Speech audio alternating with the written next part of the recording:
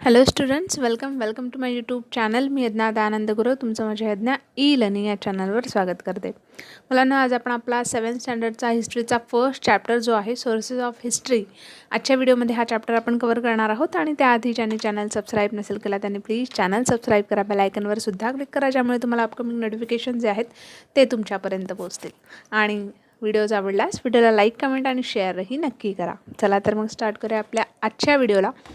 First chapter आहे आपला sources of history, म्हणजेच इतिहासाची साधने. Okay, so let's start. We studied ancient Indian history last year.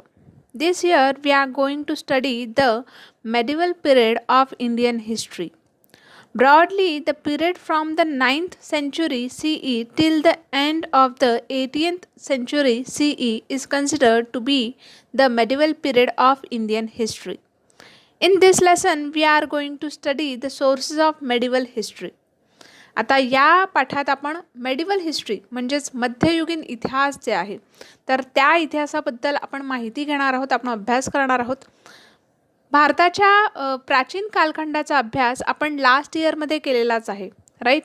तर यावर्षी आपण त्याचा मध्ययुगीन कालखंड जे आहे त्याचा आपण अभ्यास करणार आहोत. जो मिडल पार्ट जो होता तर त्याचा आज आपण अभ्यास जो आहे तो 7th स्टँडर्डमध्ये आजपासून तुम्ही करणार आहात. ओके.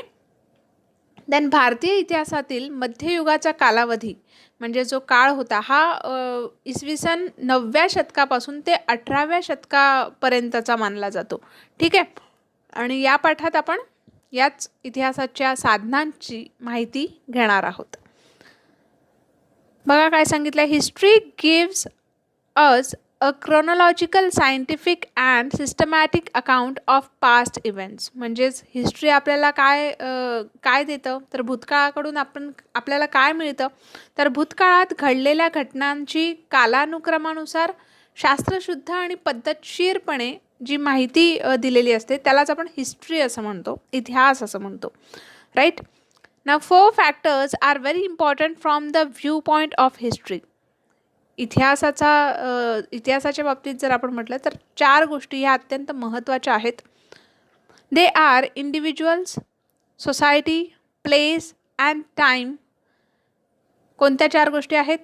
इंडिव्हिज्युअल म्हणजे आपण व्यक्ती, सोसायटी म्हणजेच समाज, आणि प्लेस म्हणजेच ते ठिकाण किंवा स्थळ, आणि टाईम म्हणजेच ती वेळ, काळ. ठीक आहे. या 4 गोष्टी इतिहासाच्या दृष्टीने अत्यंत महत्त्वाच्या आहेत. History must be based on authentic evidence or proofs. This proofs are known as the sources of history. म्हणजे इतिहास जे आहे हा इतिहास एक ऑथेंटिक एव्हिडन्स म्हणजेच विश्वसनीय जे पुरावे असतात, असे पुरावे ज्या पुराव्यांवर आपण विश्वास ठेवू शकतो तर त्याच्या आधारित असते. आणि या पुराव्यांनाच इतिहासाची साधने म्हणजे सोर्सेस ऑफ हिस्ट्री असं म्हणतात. Now let us classify this sources into material sources, written sources and oral sources to learn more about them. Let us also evaluate the sources of history. आता याच साधनांचे भौतिक साधने म्हणजेच मटेरियल सोर्स, एखादं material, then written एक कोणीतरी लिहून ठेवलेलं असं, किंवा ओरल म्हणजे मौखिक कोणी सांगितलेलं आहे. तर अशा प्रकारचं वर्गीकरण करून आपण त्याची माहिती घेऊया. आणि त्याचप्रमाणे इतिहासाच्या साधनांचे मूल्यमापनही आपण करू, म्हणजे त्या प्रकारे आपण ते इव्हॅल्युएटही करू माहिती. Then we have to consider many factors related to the historical event that we want to study. It is necessary to support our study with historical sources, and these sources have to be verified. We have to see whether they are authentic. It is necessary to use these sources judiciously and only after a critical analysis. Okay? म्हणजेच ज्या ऐतिहासिक घटनेचा अभ्यास करायचा असतो तिच्याशी संबंधित अशा अनेक गोष्टींचा आपल्याला विचार करावा लागतो. त्यासाठी ऐतिहासिक साधनांचा सुद्धा आपल्याला आधार घ्यावा लागतो आणि हीच साधने तपासून घेणे हे गरजेचं असतं. ठीक आहे. त्यांचा खरेपणा जो असतो तो खरेपणा हा तपासावा लागतो आणि या साधनांचा चिकित्सपणे आपण वापर करणं हे गरजेचं असतं. ठीक आहे. Then forts have an important place among material sources. आता फोर्ट म्हणजेच किल्ले हे सुद्धा त्यामधले मटेरियल सोर्सेसमध्ये महत्त्वाचे आहेत. Some major types of forts are hill forts, forest forts, sea fort and forts on the plains. आता काही महत्त्वाचे किल्ले म्हणजे कोणते, तर हिल फोर्ट्स म्हणजे गिरिदुर्ग जे हिल डोंगरावर असतात. देन फॉरेस्ट फोर्ट म्हणजे जे वनदुर्ग आहेत ते जे जंगलात असतात. सी फोर्ट म्हणजे जलदुर्ग जे पाण्यात असतात. त्याच्यानंतर फोर्ट्स ऑन प्लेन्स म्हणजेच जे जमिनीवर असतात ते, ठीक आहे, भुईकोट असं म्हणतात त्याला. मॉन्युमेंट्स इन्क्लूड समाधीज, ग्रेव्स, वीरगाला and buildings include palaces, ministerial mansions, queens quarters that is राणीवास and also houses of common people. त्याचसोबत इमारती आहेत, तर स्मारके आहेत म्हणजे समाधी आहे, किंवा कबर म्हणा, राजवाडे म्हणा, किंवा एखाद्या मंत्र्यांचा निवासस्थान आहे, किंवा राणीवसा म्हणजे जिथे क्वीन क्वार्टर्स जे आहेत ते आहे, किंवा सामान्य कॉमन पीपल्सची जी घरं आहेत, तर या सगळ्यांचा सुद्धा यात समावेश होतो.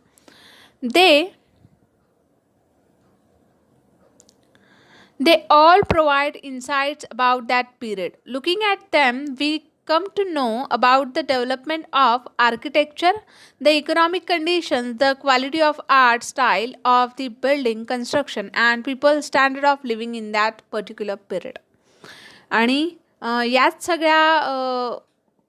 सगळ्या भौतिक साधनांचा आपण जेव्हा या सगळ्या गोष्टींकडे बघतो तर आपल्याला तिथल्या वास्तुकलेची प्रगती समजते, किंवा त्या काळातील आर्थिक स्थिती, फायनान्शियल कंडिशन कशी होती, किंवा कलेचा दर्जा, किंवा बांधकाम जे आहे, कन्स्ट्रक्शन जे आहे ते कशा प्रकारे होतं, लोकांचं राहणीमान कशा प्रकारे होतं. तर या ही सगळी माहिती जी आहे ती आपल्याला मिळते आपण जेव्हा इतिहासात बघतो तेव्हा.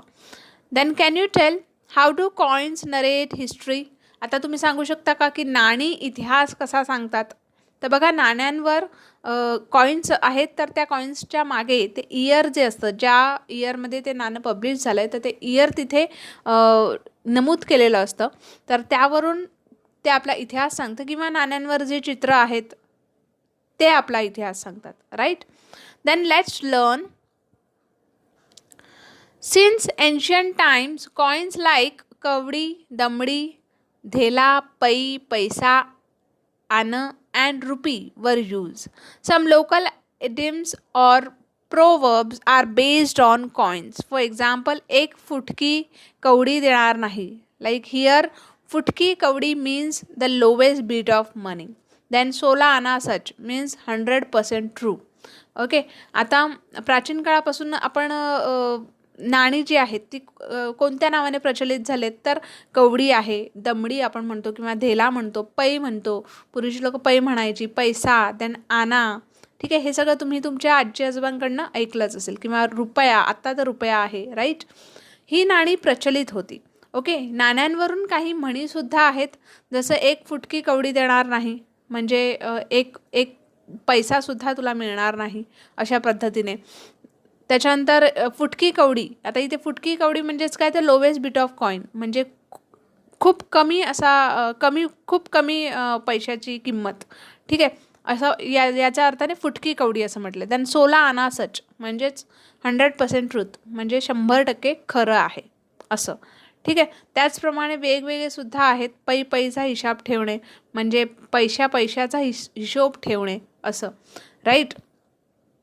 तसे आणखीनही जी म्हणी आहेत त्या तुम्ही ऐकल्याच असतील. Right. Then the coins made by different rulers using metals like gold, silver, copper are important source of history. आता त्याचप्रमाणे हे जे कॉइन्स आहेत हे सोने, चांदी, तांबे या धातूंचा उपयोग करून तयार केलेली नाणी ही इतिहासात महत्त्वाची अशी साधने मानली जातात. त्याच्यानंतर from this coins we learn about the rulers. आता इथे रूलर्स म्हणजेच राज्यकर्ते, ज्यांनी राज्य चालवलं. Okay. From this coins we learn about the rulers, their period, governance, religious ideas, then personal details, etc. आता याच्यावरूनच आपला त्यावेळेस त्यांचा राज्यकारभार कशा पद्धतीने चालत होता किंवा व्यक्तिगत अशी त्यांची माहिती आपल्याला मिळते, त्यावेळेचा काळ कोणता होता किंवा इतर काही संकल्पना आहेत. तर या सगळ्या गोष्टींची माहिती जी आहे ती आपल्याला या नाण्यांवरून आपल्याला मिळते. Okay.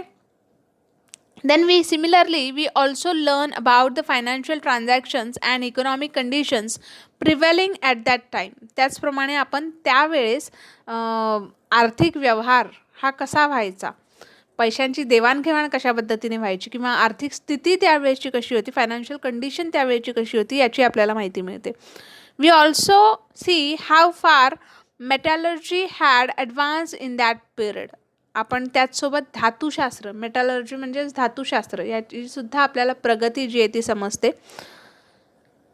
Then from the images of Ram Sita on the coins of empire Akbar और Shiva Parvati on the coins of Hyder Ali, we see the religious coordination of those days. The Peshwas used the Arabic or Persian language on their coins. This throws light on the use of language in that period. त्या काळातील म्हणजे सम्राट अकबर जे होते त्या अकबराच्या नाण्यावर राम सीतेचं चित्र असायचं किंवा हैदर अलीच्या नाण्यावर शिव पार्वती यांची प्रतिमा असायची. यावरून त्या काळातील धार्मिक त्यांची जी जाणीव होती, म्हणजे धर्माबद्दल त्यांना काय वाटायचं किंवा त्यांची काय भावना होती, तर ही अशा प्रकारे या नाण्यांतून आपल्याला समोर येते. किंवा पेशव्यांच्या नाण्यांवर अरेबिक किंवा पर्शियन भाषेचा वापर व्हायचा. ठीक आहे. यावरून त्या काळातील भाषेचा व्यवहार जो होता तो सुद्धा आपल्याला कळतो की त्यावेळेस कोणती भाषा प्रचलित होती. ठीक आहे. Then an inscription is a carving on a stone or a wall, etc. For example, the inscriptions found in the Brihadishwara temple premises in Tanjavur, many inscriptions of the period of Chalukya. आता त्यावेळेस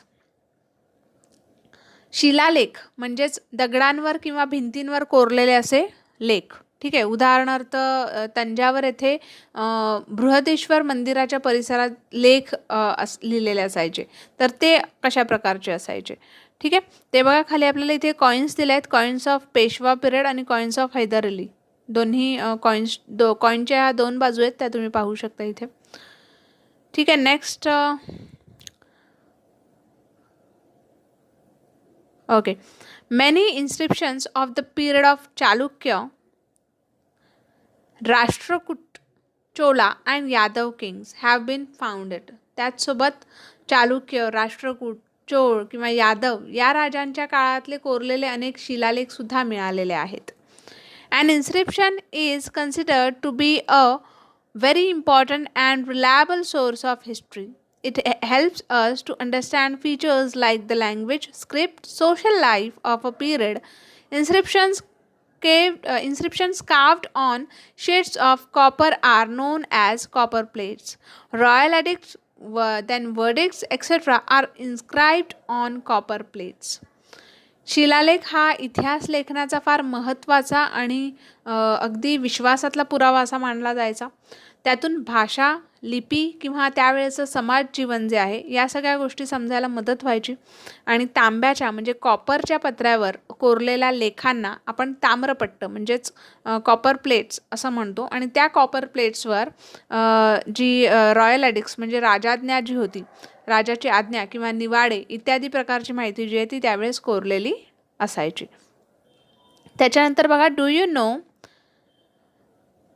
चैत्य, विहार्स, temples, चर्चेस, मॉस्क्यूज, आग्रीज, then durgas, त्याच्यानंतर आग्रीज, then dargahs, then मुगबारस, gurudwara, then monuments, sculptures, wells, minarets, village boundaries and gates, weapons, utensils, ornaments, clothes, decorative articles, toys, implements, musical instrument are all material sources of history. हे सगळे काय आहेत? Material source of history.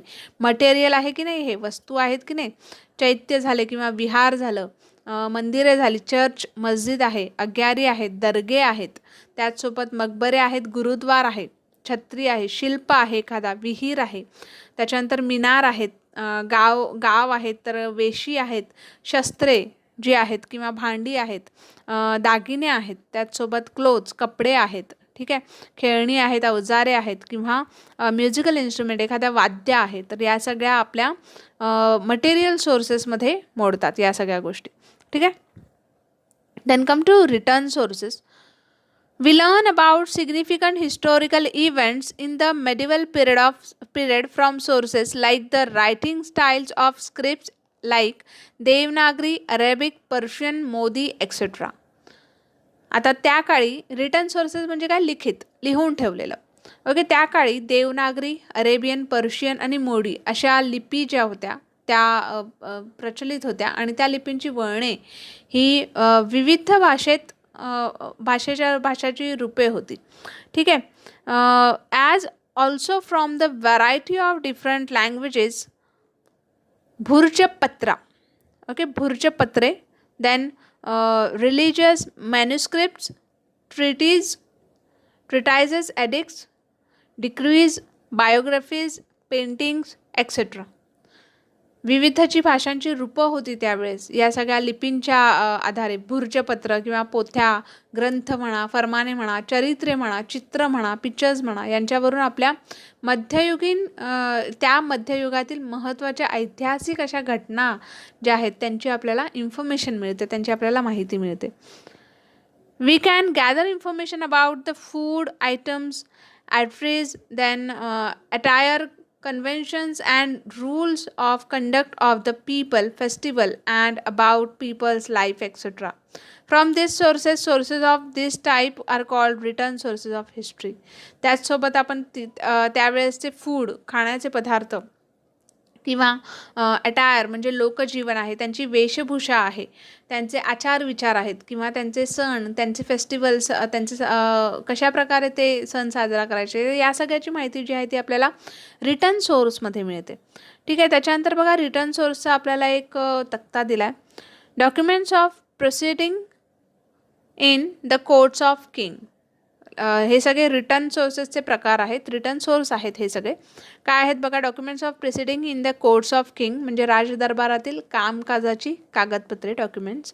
त्याच्यानंतर गिनॉलॉजीज, शकावली म्हणजे वंशावळी, शकावली वंश, okay. त्याच्यानंतर correspondence, डिस्पॅचेस म्हणजे पत्रव्यवहार, नंतर पत्रव्यवहार किंवा खलिते, ओके. देन ज्युडिशियल, खाली बघा खालच्या ओळीत, खालच्या बाजूला, ज्युडिशियल वर्डिक्ट्स, ऑर्डर्स म्हणजे न्यायनिवाडे, आज्ञापत्र. त्याच्यानंतर ट्रिटाईज म्हणजे ग्रंथ किंवा बायोग्राफीज म्हणजे चरित्र. देन ट्रॅव्हलॉग्स ऑफ फॉरेन ट्रॅव्हलर्स म्हणजे परदेशी प्रवाशांची प्रवास वर्णने, ट्रॅव्हलॉग्स जे आहेत. देन क्रोनिकल, तवरीख, ओके, म्हणजे बखरी आणि तवरीख, ठीक आहे. तर हे सगळे रिटर्न सोर्सेस आहेत, okay. Then during this period travelers from other countries came to India. They have written travelogues or accounts of their travels. Some of them are Al-Biruni, Ibn Battuta, Nicolau Munisi, then Babur's biography, त्याच्यानंतर Shri Shiv Bharat or Sanskrit biography of Shivaji Maharaj composed by the poet Paramananda, as well as various other biographies of different rulers, and their correspondence help us to understand the policies and administrative systems of the rulers and their diplomatic relations with others. आता या काळात परकीय प्रवासी जे होते ते सुद्धा भारतात आले. त्यांनी आपली प्रवास वर्णने लिहिली, ट्रॅव्हलॉग्स लिहिले. त्यात त्यांनी अल्बेरुनी, इब्न बतूता किंवा निकोलस मनुची यांचा समावेश होता. आणि बाबरचे चरित्र कवी परमानंद यांनी संस्कृत भाषेत लिहिलेलं श्री शिवभारत हे शिवचरित्र, तसेच विविध अशा राज्यकर्त्यांची चरित्रे, त्यांचे पत्रव्यवहार यांवरून आपल्याला त्यांची धोरणे समजून घेता येतात किंवा प्रशासकीय व्यवस्था त्यावेळेस कशी होती हे आपल्याला कळतं. राजकीय संबंध यांची सुद्धा आपल्याला माहिती जी आहे ती त्यावरून मिळते.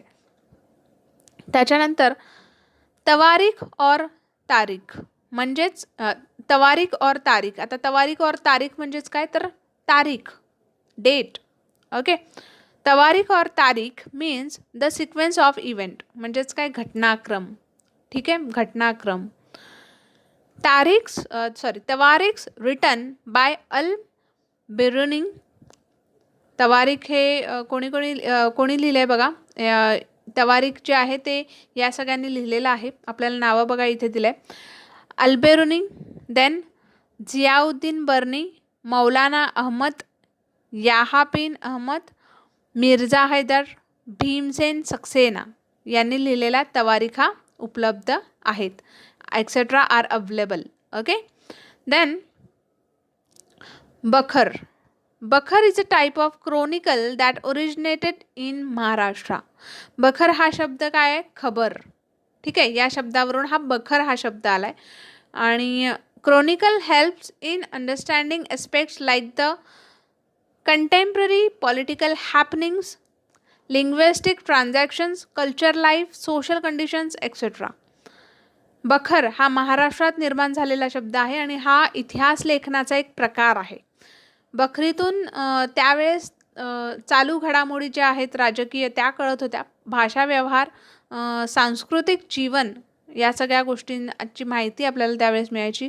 परिस्थिती जी आहे त्या सगळ्याबद्दल माहिती मिळायची. Then as result they are seen to rely on hearsays. Some of this chronicles are. आता मराठीतील अनेक बखरी ज्या आहेत म्हणजे खबर ज्या आहेत त्या घटना घडून गेल्यानंतर अनेक वर्षांनी लिहिलेल्या असल्याने त्यात अनेकदा एकीव माहितीवर असा भर दिल्याचे सुद्धा आपल्याला आढळते. ठीक आहे. महिकावतीची बखर. ओके. देन सभासद बखर. त्याच्यानंतर आहे चिटणीसाची बखर. देन भाऊसाहेबाची बखर etcetera. The works of contemporary western historians like Robert Orme, त्याच्यानंतर MC Sprengel and Grant Duff are also important. आता हे रॉबर्ट आर्म, MC स्प्रेंगल आणि ग्रँट डफ हे कोण आहेत? तर हे पाश्चात्य इतिहासकार आहेत. ठीक आहे. त्यांचे ग्रंथसुद्धा इथे महत्त्वाचे आहेत. त्याचसोबत महिकावतीची खबर, सभासद बखर, त्याच्यानंतर आपल्याला दिलं आहे चिटणीसाची बखर, भाऊसाहेबाची बखर. हे सगळे काय आहेत? तर हे या सगळ्या बखरी होत्या. ठीक आहे, म्हणजे खबरी in short. Then do this. Make a collection of povadas tribal songs. आता आपल्याला पोवाडा आदिवासी गीते यांचा संग्रह तयार करायचा आहे. Present them in the cultural programmes arrange in your school. आणि त्यांना शाळेच्या सांस्कृतिक कार्यक्रमात तुम्हाला त्याचं सादरीकरण करायचं आहे. Then oral sources. आता मौखिक साधने जी आहेत, ओरल म्हणजे बोलली जाणारी. ओके. तोंडाने आपण जे बोलतो ना ते ओरल. ठीक आहे. We understand various aspects of folk life through folk literature traditionally pass on from generation to generation. Some examples are ovis, folk songs, povadas, folk tales, legends and myths. Such type of sources are called the oral sources of history. Oral sources म्हणजेच मौखिक साधने, बोलली जाणारी अशी आणि लोकपरंपरेतून पिढ्यानपिढ्या संक्रमित होत राहिलेल्या जात्यावरील ओव्या. ठीक आहे.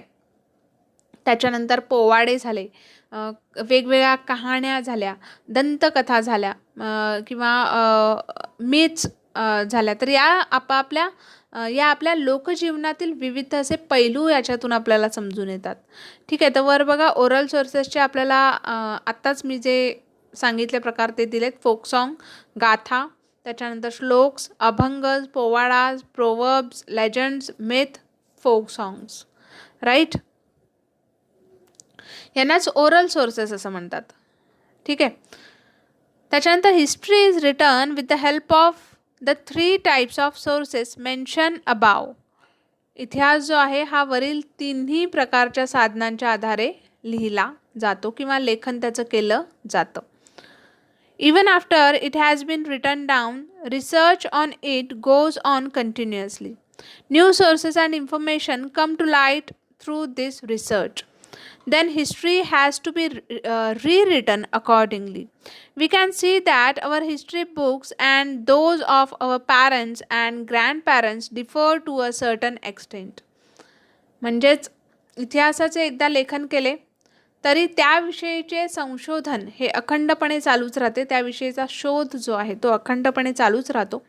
या संशोधनातून नवीन साधने जी आहेत किंवा नवीन माहिती जी आहे ती समोर येते आणि त्यानुसार इतिहासाचे पुनर्लेखन म्हणजे रिरिटन जे आहे ते करता येतं.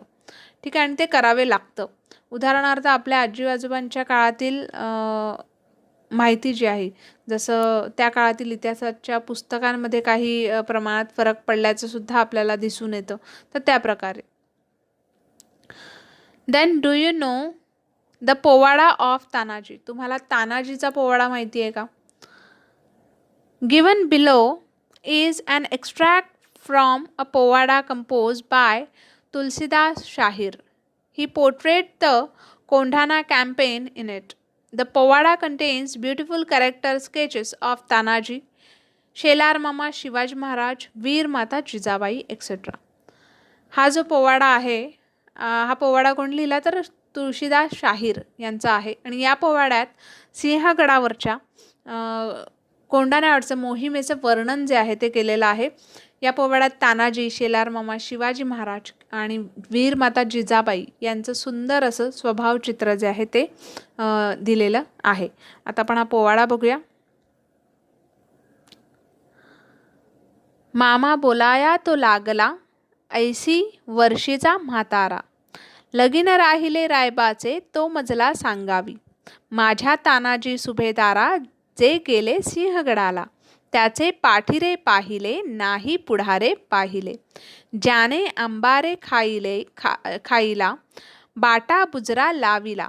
त्याचे झाड होऊन आंबे बांधले, किल्ला हाती नाही आला. सिंहगड किल्ल्याची वार्ता, काढू नको तानाजी सुभेदारा.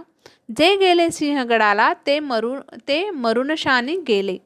तुमचा सपाटा होईल, असे बोलू नको रे मामा.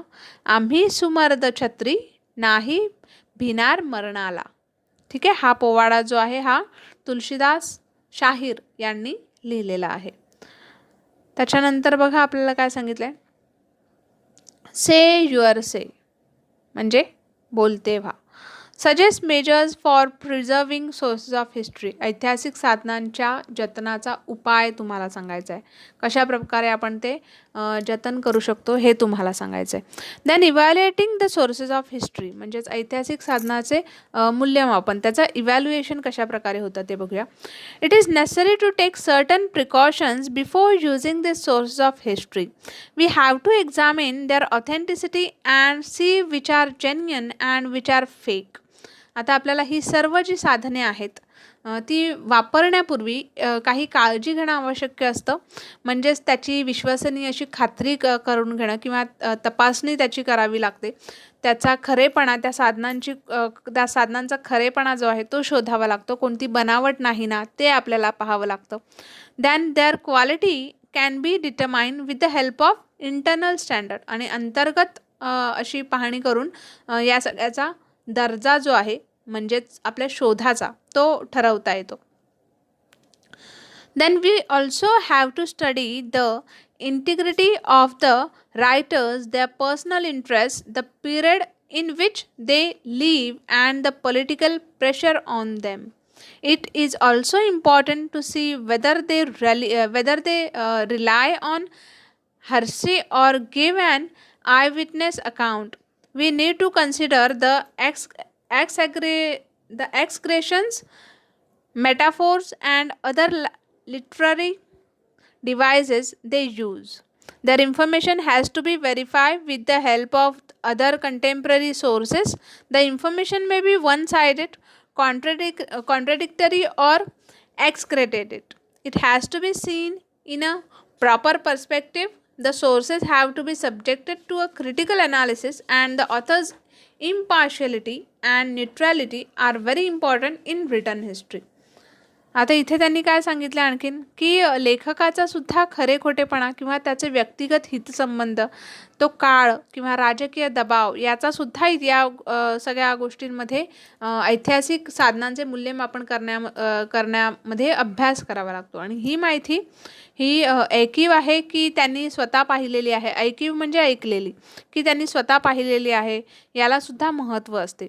लेखनातील अतिशयोक्ती किंवा प्रतिमा, प्रतीके झालं, अलंकार झाला, याचा सुद्धा याच्यात विचार करावा लागतो. बाकीच्या साधनांशी ती माहिती पडताळून जी आहे ती पाहावी लागते आणि आपल्याला मिळालेली माहिती ही विसंगत आहे का, म्हणजे जी गोष्ट आपल्याला मिळाली आहे त्याच्याशी ती मिळती जुळती आहे का, हे सुद्धा आपल्याला पडताळून पाहावं लागतं.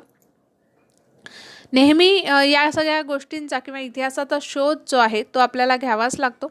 आणि इतिहास लेखनात लेखकाचा निपक्षपातीपणा आणि तटस्थता हे फार महत्त्वाचं असतं.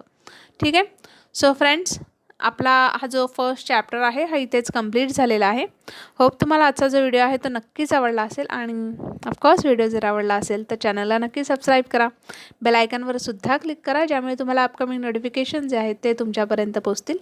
आणि व्हिडिओ आवडल्यास व्हिडिओला लाईक, कमेंट आणि शेअर करा. तुमच्या काही क्वेरीज असेल तर त्या आम्हाला कमेंटमध्ये कळवा.